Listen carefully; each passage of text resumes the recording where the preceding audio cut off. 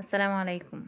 هعمل لكم النهارده يوم جميل قوي وبسيط كل البيوت بتعمله، بس تكاية واحدة بس هتخلي الموضوع شكل مختلف تماما. يوم سمك مقلي عادي خالص، بس انا عملت الفكرة دي. ولادي مش من محبين التقشير والسمك، فبياكلوه فيليه او حاجات انا اللي اقشرها، فطبعا لا. فعملت الفكرة دي، قلت ايه يعني لما نقسم السمكة كده بالطول بدل ما اخليها كمان، وفي نفس الوقت هيبقى شكلها ظريف وجميل، وهتدي معانا كمية اكبر لان البولتي سعره غالي قوي.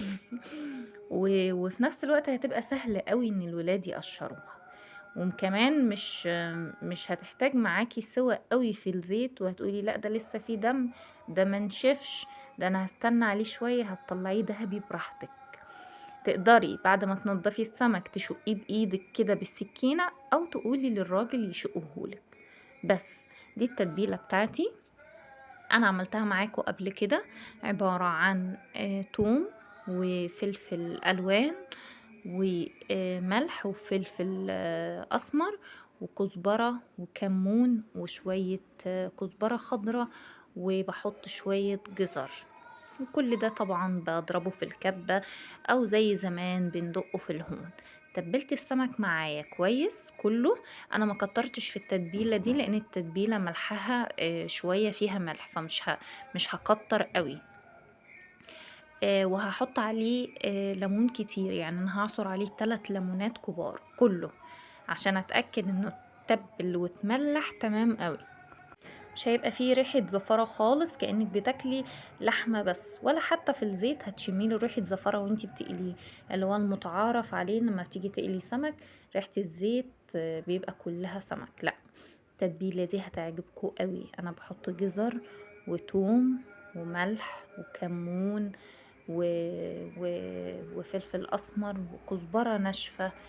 وتقدروا ترجعوا برضو الفيديو التتبيلة اللي انا عملته. انا بعمل التتبيلة دي ثابتة في التلاجة. استخدمها في اي حاجة زي ما قلت. هسيبه بقى يتبل كده شوية، ساعة بس، وهروح اعمل الرز على بال بقى ما اعمل الحاجات الجانبية. هعمل شوية رز بقى لونهم خطير، ولا منه صيادية ولا منه رز احمر، رز بقى يعني خطير. بصلاية كبيرة قطعتها وشوحتها زي ما انتوا شفتوا كده، احمرت، نزلت عليها بطماطمتين مبشورين، لفتهم لفة كده في الزيت، وحطيت مقدار المية رز. يعني كوبايتين الرز حطيت لهم كوبايتين مية، والملح والكمون مش هياخد معايا اكتر من كده.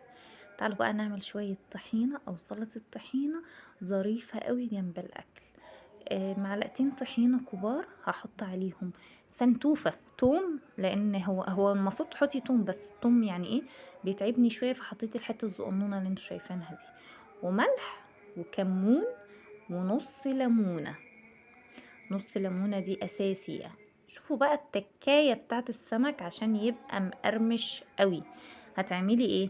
دقيق وعليهم معلقتين نشا، هبدرهم بالدقيق كده، يعني كوباية دقيق عليهم معلقتين نشا، وجنبي طبق فيه مية هنزله في المية وطلعه بسرعة على زيت حامي قوي، يعني زيت يكون سخن. او لو انتي بتشتغلي بايديكي الاتنين، انا بشتغل بايد واحدة.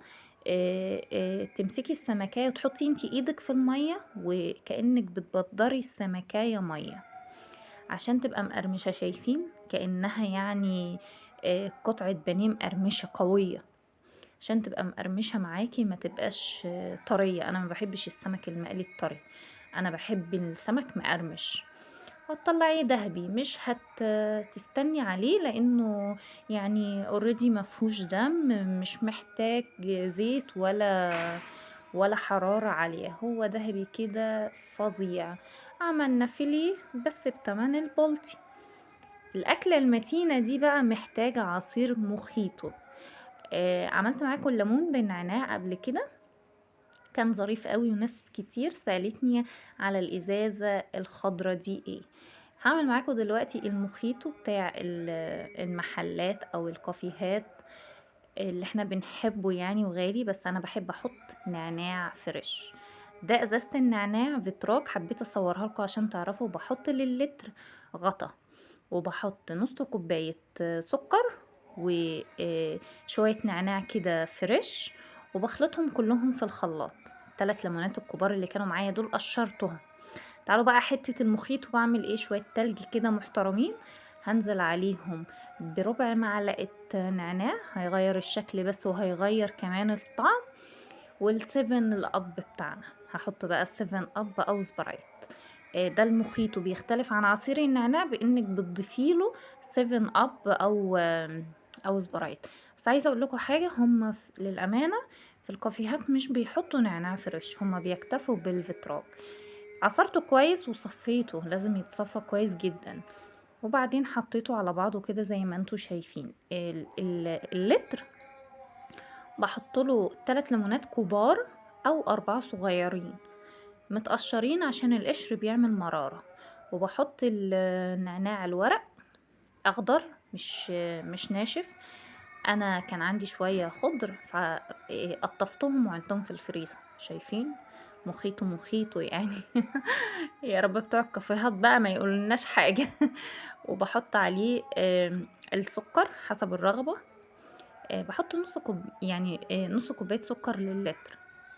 وبألف هنا. وعملت بقى شوية بتنجان وفلفل، وحطيت لهم من نفس الخلطة التتبيلة اللي انا تبلت بيها السمك. شايفين السمك رهيب من الاخر يعني.